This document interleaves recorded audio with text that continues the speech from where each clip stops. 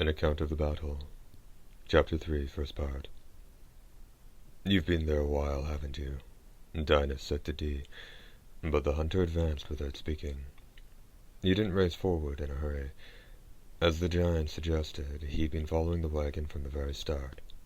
He'd seen Brewer's scheme coming a mile off. "Hey there, wait just a second," the giant said as he stuck both hands out, although technically he was sticking them down. "I have no intention of throwing down with you. Don't want to use up all my strength before the main event. I'll give you back the woman safe and sound." "From the way you say it, the girl was what you were after." "Spare me. I don't want to kill someone who doesn't even know who they are." "She doesn't know who she is." "That's right, because I don't have that tingle running down my spine. If I were to fight her now, I'd just have to tear her apart, an innocent girl." "Could you bring yourself to do something like that?" "No." "Wow," Dinus replied, boldly baring his gleaming white teeth in a smile. "Knock it off. If you smile at me like that, you're gonna make me all bashful." "You lady killer. I'll hurry up and take her back home so you can get her patched up, huh?" As he turned to where Raya had been thrown, his eyes went wide. An elliptical depression had been left in the snow, but the girl's body had vanished without warning, even without Dee noticing. "I didn't do it," Dinus declared with a frantic wave of his hands. "And I'd say you didn't either. You suppose it was one of the guy's cronies. I'd have noticed if it was one of them. Then it'd have to be. Do you have some idea where she could have gone?" "Let me see," the giant said, bringing his hand to his chin as he deliberated. "I'd say she's at her castle." Turning toward the forest, Dee gave a whistle. Climbing onto the cyborg horse that came galloping out, he said, "I'll show you the way." "How am I supposed to get there?" "You've got a wagon." "You're not exactly Mr. Personality, are you? But I see your point. The girl's in such rough shape she could freeze to death out here. I guess I'm still half asleep. Just give me a second." "I can't do that. Or to put it another way, I was made so I can't even think that way. And once she comes around, she won't be able to either." "And if she never comes around?" asked the hunter. "That's a thought. If possible, that's the way I hope it'll go. I'm made not to fight anyone I don't view as a foe. So that'd probably be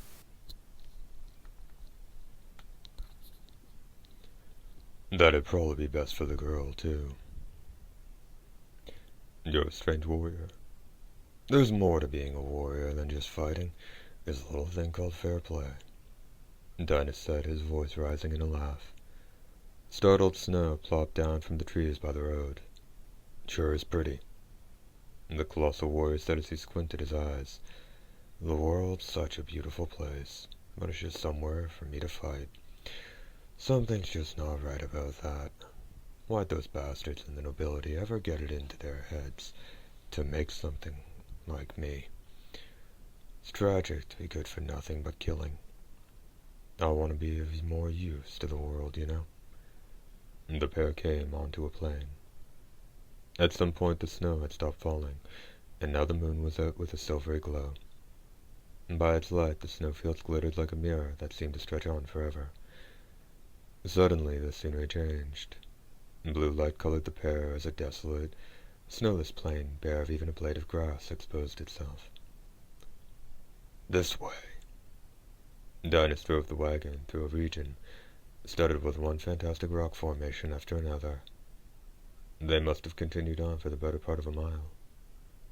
From off in the distance, rows of spacious buildings that certainly seemed to be ruins crept into view.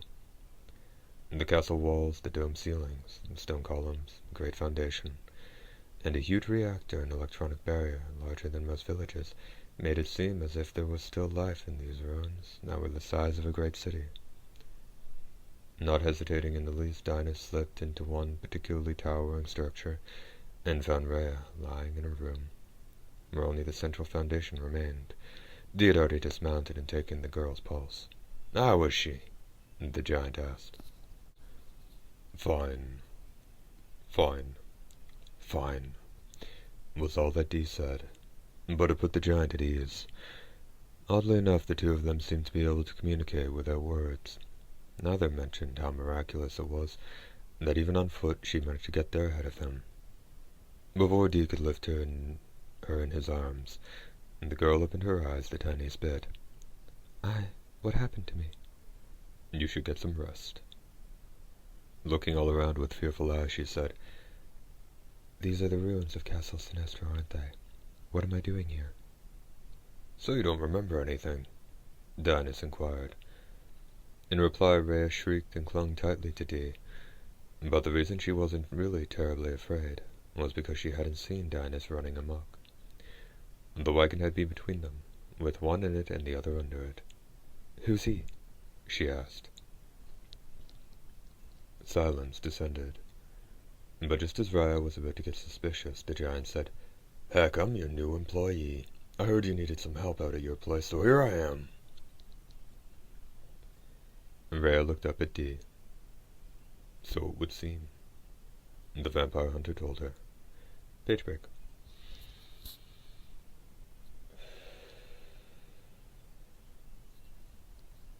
The next day of work began at Rhea's house with a change of cast. Dinas was truly adaptable in his activities, and the amount of energy pent up in his body was far different from what a human could store.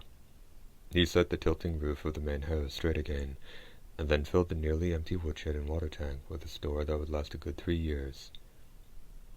"You take it easy and leave all the heavy work to me," the giant told Rhea, as he peered down at her and grinned. It was the sort of smile one couldn't help but return, and though the girl's features were stiff at first, they quickly softened. "That man, is he really a farmhand?" "Yes," was all Dee said in reply. "But why would he come to my house? We can't even afford to pay him." "Apparently all he wants is enough to eat in the coming year." "But that's not very—" "Let him do as he likes. These days there are a lot of odd characters running around." "That'll be great for our farm, but what should I do? It's not like Mr. Brewer will let me stay here indefinitely." "Don't worry about him," Dee said softly. "We've come to an arrangement." That evening the three of them returned to her home, and Dinah set the severed heads of the men who tried to make off with Rhea out in front of the speechless flesh trader. As Brewer tipped over in his chair, Dee said to him, "You tried to pull a fast one, didn't you? Leave Rhea on the farm until he's finished his business." Like a man possessed, the flesh trader had accepted Dee's declaration. A week passed peacefully, and after finishing repairs on the farm, Dinas turned his energy toward expanding the fields. The western edge of their land was a wild stretch of heavy undergrowth, with a tiny hoe in his hands. The giant worked from early morning at reclaiming the ground, and by late that night he'd succeeded in turning it into rich farmland. Even the girl's alcoholic father couldn't help but watch him work.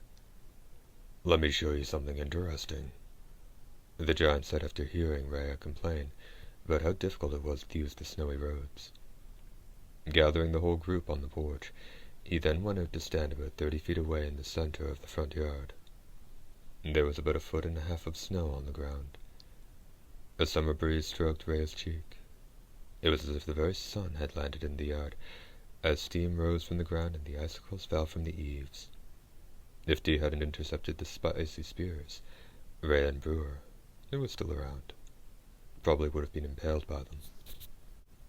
When Dinas presently appeared from the steaming mist in fine spirits, the whole yard was cleared of snow, leaving the black earth exposed. From this it became clear that Dinas could control his body temperature and radiate heat at will. Dee took that opportunity to escort Brewer back to town and sent off an express letter to the capital. Naturally, it was to request data on any situations resembling Rhea's from the library. He'd known from the very start that the other story about Rhea's connection to the nobility had been a fabrication, and he'd said as much when the severed heads were laid out. "How did you know?" the flesh trader had asked, one eye bugging behind his monocle. Of course, Dee hadn't replied. "So you knew from the get-go. Then why'd you come out here to the girl's place? A vampire hunter D shouldn't care at all unless the nobility have shown their fangs. Yet you came out here anyway. No, I get it. You're sweet on the girl, are you? Was there really a library? D had asked him. Yes, that part was true. Afterward, it would be too late to tell me it was another lie. Though ice water coursed down his spine, Brewer replied, It's true. By the way, you sure I'm not in the way here? We don't have any real need for a flesh trader. From time to time, you really sound like an old man. We don't have any real need for a flesh trader. From time to time, you really sound like an old man, Brewer commented. I've already parted with the princely sum of $6,000, you know. When the time comes, I have every right to take that girl to the capital. But seeing the awkward incident we had earlier, I'm not saying she has to go right away. Of course, Brewer couldn't very well stay at Rhea's house, but he showed up every day. Grinning out in the garden or sitting inside enjoying the tea and cakes he brought just for that purpose. Oddly enough, neither Rhea's father nor the girl herself seemed to harbor any ill will toward this buyer and seller of humanity. You're a strange fellow, aren't you? Dinah said to him somewhat suspiciously. That's my natural charm, the flesh trader replied. The northern sky clouded heavily, as if spring's eventual arrival were no more than a legend, and the snow continued to fall, stark and white, to freeze the hearts of humanity. One day, as the white snow piled up on the colossal figure digging a new well, Rhea walked up and held her umbrella over him. Did you actually come here to help out at my house? She asked. I sure did. The giant replied without hesitation. I find that hard to believe, Rhea said, training her probing gaze on the giant. There must be tons of better jobs for you in the village. Any place will be glad to have someone like you through the winter. So what are you doing out here at our spread? Well, it was love at first sight. What? No, I don't mean with you. I mean with the young fella. Mr. D, Rhea said, putting her hand up to her mouth and making a gagging sound. Hey, what's that all about? Whoever said there was something wrong with one man being smitten with another? I mean, look how gorgeous he is. The most beautiful woman in the capital. Probably couldn't hold a candle to him. Rhea got a new glint of light in her eye. Have you been to the capital? Nope, can't say that I have, the giant replied. But you just said, I said probably, didn't I? I wonder what kind of place it is, Rhea mused as she swung the umbrella to dislodge the snow that had collected on it. It was the headquarters of the nobility. That's no place for humans to be living. Is it really that awful? Yeah, you know, the nobles weren't good for squat. They completely ignored what anyone else thought or felt, and made all kinds of monsters. I wonder how those bastards would have liked being one of those freaks. Then, scratching his head bashfully, the giant added with a wry smile, You get what I mean. You were made by the nobility, Rhea said, her voice carrying an unavoidable tremble. So, why are you here? The nobility might have made me, but I've still got to eat to survive. Dinas brought the hoe down. His timing must have been perfect, because he scooped a 3-foot square section clean out of the ground. He'd already gone down 10 feet. The top of his head was at the same level as the ground. The hole was more than 15 feet in diameter, and was more like a pond than a well. Rhea simply left everything to the silence of the falling snow. Though she wished the gorgeous young man were there, the figure in black had gone off to check the farm's perimeter. This was a problem she'd have to solve on her own. The hand she used to clutch the umbrella trembled a bit. Rhea bravely began, That day, I had the strangest dream. On the day I met you, that is, I went underground somewhere and got hooked to these mysterious machines, and then I understood everything. That I'm not the real me. The other me is a scary, scary woman. One who lives to do battle with someone. Taking another bite out of the ground with his hoe, Dinas asked, You said someone. Like who? You want to know? Yeah, Perhaps the giant sensed it at some point. The volume of snow falling on him had changed. Raya's umbrella was still open, but she held it with the tip aimed downward. The end of it was honed to a sharp point for use against monstrous beasts. The back of the giant's head lay right before her. Suddenly throwing down her umbrella, Raya ran back toward the house. A number of shadows drifted across her innocent countenance. Flying in through the front door, she found her father in the living room. It wasn't until she hugged up against his burly chest that she noticed he didn't have a certain odor about him. "Hey now, what's the matter?" "I'm scared, Papa, really scared. I'm your daughter, aren't I? I was born here, right? And I had a mother and everything, didn't I?" "Sure you did. What are you getting at now, anyhow?" "It doesn't matter. Not so long as I know that. Just keep holding on to me." Not knowing exactly what was going on, the father gently supported his daughter's form.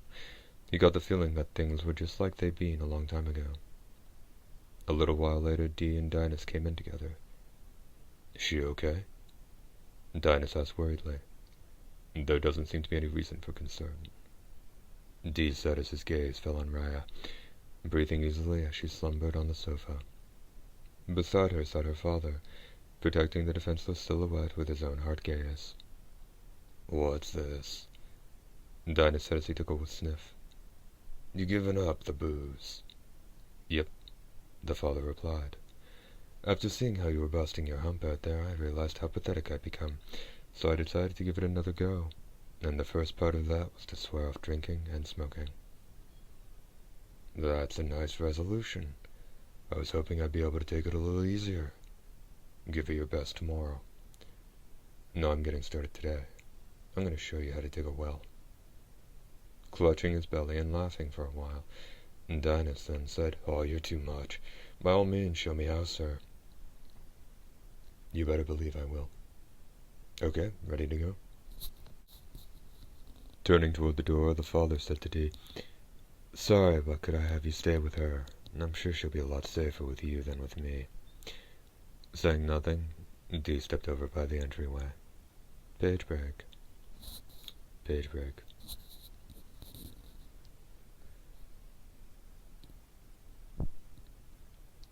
One day when the sun put in a rare appearance, Dee was notified that the book he'd ordered had arrived. Visiting the post office to claim it, he met someone there.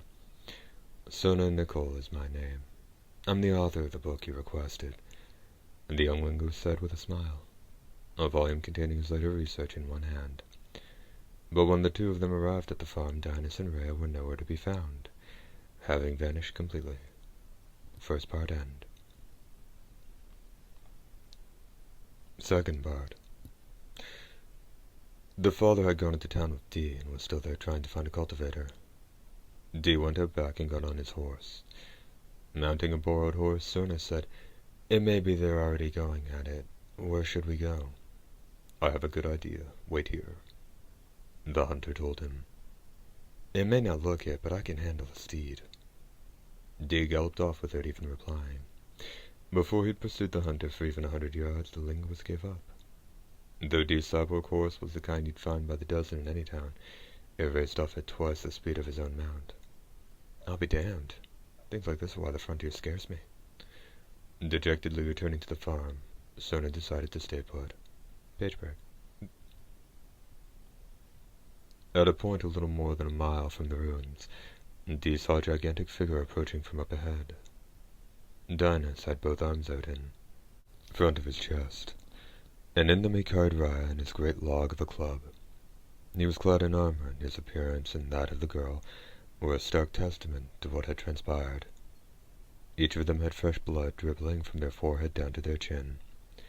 "She ain't dead," Dinus volunteered. "She picked the perfect time to switch back to normal, and the shock of it made her faint dead anyway. Yeah, looks like she hasn't fully gone over yet." "I'll take her on the horse with me," Dee said as he extended his arms. The giant shook his head, saying, "I'll bring her back. She's my nemesis, after all. That's just courtesy. I already put some of my special salve on her wounds."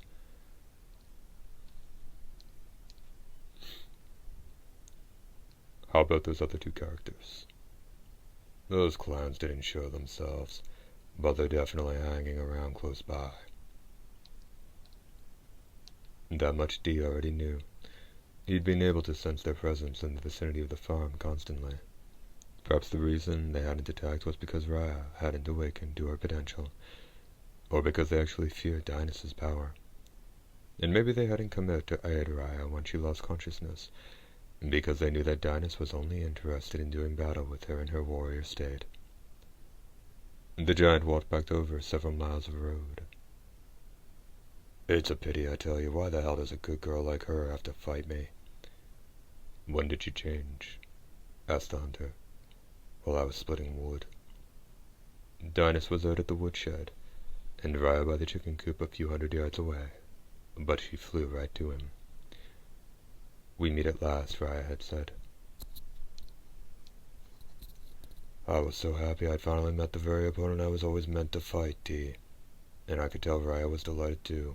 Hell, she even says so." "I'm so glad," Raya had told him. "This is the real me. Consider that gentle little farm girl no more than a dream. I've been waiting for you for so long. Come." And then the two of them had gone out to the ruins to square off. Dee didn't ask the particulars of their brutal battle, and Dynus didn't offer them. It was soon after she'd been placed in her bed back at the farm that Raya regained consciousness. The frightened look in her eyes belonged to the ordinary girl they all knew. Her gaze clinging desperately to Dee's, she said with bloodless lips, "What's happened to me?" But it was Dynus that responded, saying, "Nothing at all." "Really? You mean to tell me I was dreaming or something? I think in my dreams I was fighting someone. I'm scared. I can still remember how I felt at the time. I was so thrilled by the battle, by the thought of slaying my foe." Dee's left hand came to rest on her trembling brow. "You should sleep." Nodding, the girl took a deep breath, and she quickly fell into the steady breathing of slumber. "Wow, that was fast," Dynus said with admiration. Dee told him, "Let's head outside." From her bedroom, the two went straight out to the porch. "How's your father doing?" "He hasn't come back from town yet." Tossing his chin in the direction of the house, he added, "I'm going back in to have a talk with a certain scholar. Care to join me?" "Is it about the two of us?" asked the giant. "Yes." "Don't bother, then. At this point, finding out why we have to fight won't accomplish squat. Although I do still worry about her. Here comes another man who wants to concern himself with her," said the hunter. "What?" On seeing the motorized carriage coming in through the entrance to the farm flanked by riders, Dynus smiled wryly. "Well, that's a kick in the pants," he remarked. The carriage bore the mark of the frontier garrison. Troopers piled out of the vehicle like ants onto the white snow. "That's them. They're the culprits who interfered with my business," screeched none other than Brewer. A middle-aged man, the apparent leader, stepped forward from the pack of troopers. Though all the men carried gas-powered rifles, they still had the muzzles pointed at the ground. "Pleased to meet you. Kevin's the name. I'm captain of the Northern 8th Division Frontier Garrison. Fact of the matter is, 2 days back we got a complaint from Mr. Brewer here. According to him, the two of you are infringing on his rights. Now, I don't mean to." "So I take it the flesh-trader told you we're standing in the way of him buying a girl?" "I resent that," Brewer bellowed as his eyes bulged in their sockets. Holding up a sheet of paper with his right hand, he said, "Captain, this is the very same contract I showed you earlier. I have the right to bring that girl back to the capital. Kindly drive these two off immediately." "And that's about the size of it," the captain continued. "At any rate, the contract's real enough. Would you be good enough to hand over the girl?" "I'm afraid we can't do that," the giant replied. "See, I've got business of my own with her." The captain's expression clouded as he said, "Then I guess you leave us no choice. We'll have to use force. You'd best bring the young lady on out here." "Sure thing. Why don't you go get her?" Respectfully stepping to one side, Dynus gestured to the front door. Dee went back into the house without saying a word. "What, you're not gonna watch?" his left hand said with obvious dissatisfaction. "I don't want any part of that nonsense." "Well, that's a kick in the pants," he remarked. The carriage bore the mark of the frontier garrison. Troopers piled out of the vehicle like ants onto the white snow. "That's them. They're the culprits who interfered with my business," screeched none other than Brewer. A middle-aged man, the apparent leader, stepped forward from the pack of troopers. Though all the men carried gas-powered rifles, they still had the muzzles pointed at the ground. "Pleased to meet you. Kevin's the name. I'm captain of the Northern 8th Division Frontier Garrison. Fact of the matter is, 2 days back, we got a complaint from Mr. Brewer here. According to him, the two of you are infringing on his rights. Now, I don't mean to. So I take it the flesh trader told you we're standing in the way of him buying a girl." "I resent that," Brewer bellowed as his eyes bulged in their sockets.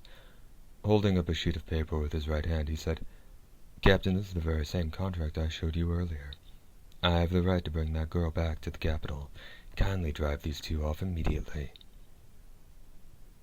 "And that's about the size of it," the captain continued. "At any rate, the contract's real enough. Would you be good enough to hand over the girl?" "I'm afraid we can't do that," the giant replied. "See, I've got business of my own with her." The captain's expression clouded as he said, "Then I guess you leave us no choice. We'll have to use force. You'd best bring the young lady out here." "Sure thing. Why don't you go inside?"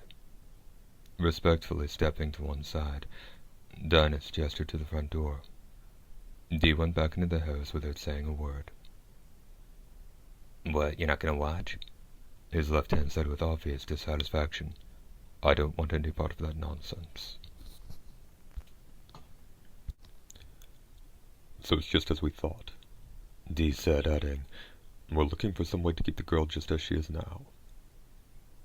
"What a waste. At least that's what I'd normally say if I weren't afraid of getting my head bitten off." "Do you know the way?" "Sure," Cerner replied easily. On the way back to the farm from the post office, they'd exchanged information on the connection between the giant and the girl. That was why Dee could speak so directly to him now. 6 months back, several ancient manuscripts were discovered in the remains of a moving continent. They contained a record of another case like this. "Unlike Dinah, she's just a regular girl. She was born right here in the village to ordinary parents. There's a mountain of evidence in support of this," said the hunter. "That may be, but in her case I believe it's actually a matter of something that happened before her birth. One of her forebears, or possibly even both sides of the family, may have undergone some sort of genetic manipulation. The will and strength, the knowledge and superhuman powers of a warrior, all of these slumbered in their blood for uncounted generations, till Dinah's awakening called them to the fore. I'm quite certain that's the case here." "Why was it that she went out to the ruins?" "I believe that even for someone with the power of the nobility, it would be a monumental task to attempt to free the warrior consciousness that's been in her family's blood for thousands of years. There must be some sort of equipment wreckage somewhere around here that's intended to aid in that process." "Would it be possible to keep her as she is now?" "If the equipment remains. You said there were some ruins nearby." "Care to go there?" asked Dee. "I can handle a horse," Cerna began to say, but he shrugged his shoulders and gave up. He'd just recalled his humiliating performance earlier. At that point, the door swung open loudly. "Save me!" the blood-soaked Brewer cried as he raced in, although he was trying desperately to take refuge behind Dee. At some point the young man in black had turned so that he was facing him. A shadow fell across the doorway. "Come on out, you dirty bastard." "Me?" Brewer squeaked, throwing himself flat on the floor. Even Cerna backed away. "I took care of the others outside, don't worry. I only knocked them out. Just left one awake so we could drive him back in the carriage." "We might be able to do something for Rhea." At these words, the giant's eyes went wide. "Great, is he the one that's going to do it?" With an apprehensive squeak, the linguist backed against the wall. Thank you kindly. I'll be in your debt. You're a saint, an angel. No, I wouldn't say that, Serna replied modestly. A face 3 times as large as the linguist, and only a foot away, said, That little girl hasn't had it none too easy up till now. I'll thank you to see to her that this is an exception. Are you sure you won't have a problem with this? You'll lose your opponent. Oh, what's that to me? I'll get over it. Hey, you bastard, he added as he thrust out a hand and did a remarkable job of snagging Brewer before he could escape. What do you figure I should do with this here flesh trader, D? Having his head part company with his body would be a gift to humanity. I suppose we should be happy he brought the garrison instead of a bunch of hired thugs, D remarked. That's right, the man with the monocle cried as he hung 10 feet in the air with arms and legs flailing. I've remained within the bounds of the law. Unhand me, would you? Let me go. Well, I suppose I can forgive you, but I'm warning you, don't even think about ever showing your face around here again. Hey, D, I'll leave the rest of it to you. I'm not so good with all the complicated stuff. Once the giant had left to the accompaniment of shrieks and jeers, D said to the still-rooted linguist, Shall we go? Needless to say, he had to be talking about going out to the equipment that could save Raya. Of course. As he was putting his arms through the sleeves of his insulated coat, Serna stiffened. A chill had raced down the length of his body. He'd seen Dee's face. He thought the hunter looked somber. Now he was afraid to look in the same direction. The door between them and the back room opened, and Raya was standing there. She was in her pajamas, and though she clutched a long broom, she hadn't come out to do any cleaning. Have you awakened again? Dee inquired softly. I suppose I should thank you again for all you've done, Raya said with a grin, though neither her face nor her voice had changed. The girl who stood there giving off a ghastly aura was no one Dee recognized. I have a favor to ask of you. Don't interfere. This is our job, you know. Just lend your power to the person I am while I sleep. Gently lowering her gaze, Raya headed toward the doorway. As she looked down from the porch, the giant stood on the snow-covered earth below with his club in one hand and stared back at her. Not far from him, a man's leg jutted from a snowbank, kicking furiously. Well, well, said Dinas. Raya simply nodded. A second later she pounced. As she swung her broom down in midair, her figure was swallowed by the sun to her back. Warrior instinct alone allowed Dinas to get the log up over his head in time. The whoosh of the broom coming down split the winter air, and with a tremendous roar, the log bowed under the impact. Whoa! Dinas cried as he leapt back, his voice ringing with pain. His arms were both numb. As he watched Raya close on him, her speed was incredible. Time and again she brought the broom down on him, while he barely managed to parry each blow. It was a sight to see as she drove him down on one knee. Such was the force of her blows. The power of Raya, the warrior woman of Sinestro. There was a sound of wood striking wood, and then the log club finally knocked from the giant's hand. As Raya raised her broom from a triumphant blow, a colossal arm tightened around her waist and pulled her close. From where Dee stood on the porch, the two of them looked as if they were fusing together in a white-hot glow, and the hot wind that snarled by him carried moisture. Stay inside. Stay inside, Dee said, reaching back to shut the door behind him as he stared at the core of the raging heat. The vapor that arose churned at an intense rate. Doubtless the deadly battle unfolding within that cloud was beyond the imagining of even Dee himself. The white mist burst through the fence and rammed into the forest. Dee raced down off the porch. Behind him he could hear Serna shouting. His field of view was crimson. In the wake of the steam cloud, flames had arisen. Dee got on his horse and galloped into the forest. Charging by one side of the vapor cloud, he said, Go to Castle Sinestro. The steam buffeted his cheeks, and the cloud split in two. One half became a stark, naked girl, who took off into the forest, and the other an armored warrior who bounded onto the road. Each of them glanced at Dee, Rhea with a sad look, and Dinas with a thin smile. But these images soon disappeared, borne away by the winter wind. Tugging on his horse's reins, Dee returned to the road. To his rear there was a sound of hoofbeats. "This is amazing. I managed to rescue Brewer, but if someone doesn't hurry up and put the fire out, this whole area will be a sea of flames." A picture of Dee atop his horse.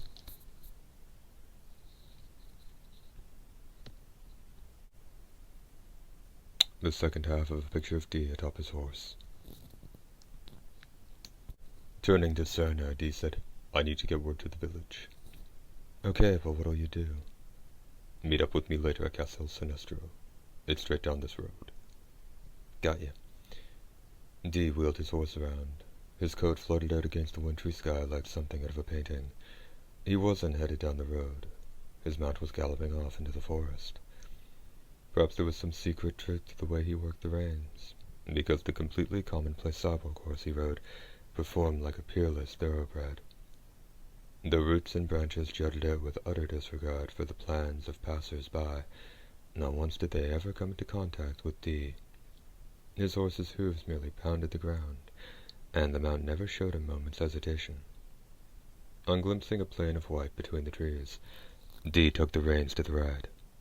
The snow that fell from a massive branch sent up a spray of white to one side of him. A rough wooden needle seared through the air toward the branch in question. "Oh, you're good." A voice intoned from every possible direction. "It's Crumb. Remember me? I figure you take the shortest possible route to these coordinates, so I set a trap. This time things won't go as well for you as they did back at the warehouse." Dee's body rose straight out of the saddle, like a dark blossom opening in a silvery white world. Beneath his feet, his mount made a powdery spray of snow, as it was cruelly driven to its knees. But did Dee see the naked steel that sank halfway into his horse's neck? The instant he landed on the massive branch, Dee made a horizontal swipe with his sword. The blade thrust from the snow that had collected on the branch changed direction of its own accord, leaving the right arm that grasped it exposed all the way to the shoulder as it became motionless on the tree limb. Although the hunter had only struck with his weapon once, the awesome power was manifested in the wounds he dealt the arm, splitting the flesh wide open from the wrist to the shoulder. "Fighting a disembodied arm is kind of creepy," Dee's left hand said in a sarcastic tone. "It'd seem the first guy you fought has the ability to do more than just split in two. Watch yourself." The hoarse voice flowed downward. At the same moment Dee landed on the ground, 3 streaks of light pierced him, or so it appeared. A left arm and 2 legs, each wielding a sword, fell to the ground split lengthwise. Not even bothering to turn, Dee made an underhanded throw to his rear with his left hand. With only his head and trunk remaining, it seemed Crumb still planned on attacking Dee. Having taken a rough wooden needle in a spot about 3 feet off the ground, the torso was left nailed to the very same tree trunk it had just slipped out from behind. The needle ran right through its neck. Not even bothering to look at it, Dee walked off toward the exit from the forest, and then unexpectedly spun his right hand around like a veritable top. The blob that flew into the iridescent blur cracked in two before falling to the ground. Lacking a head and all 4 limbs, the trunk now looked somewhat forlorn. Not bad at all, but this was actually my true form. A miniature version of Crumb's face poked out from where the old head had been. It had arms and legs attached to it, too. Its tiny hand clutched a knife. A vermilion line suddenly ran from the tip of his head all the way down to his crotch, and this time Crumb really did split in half and fall dead in the snow.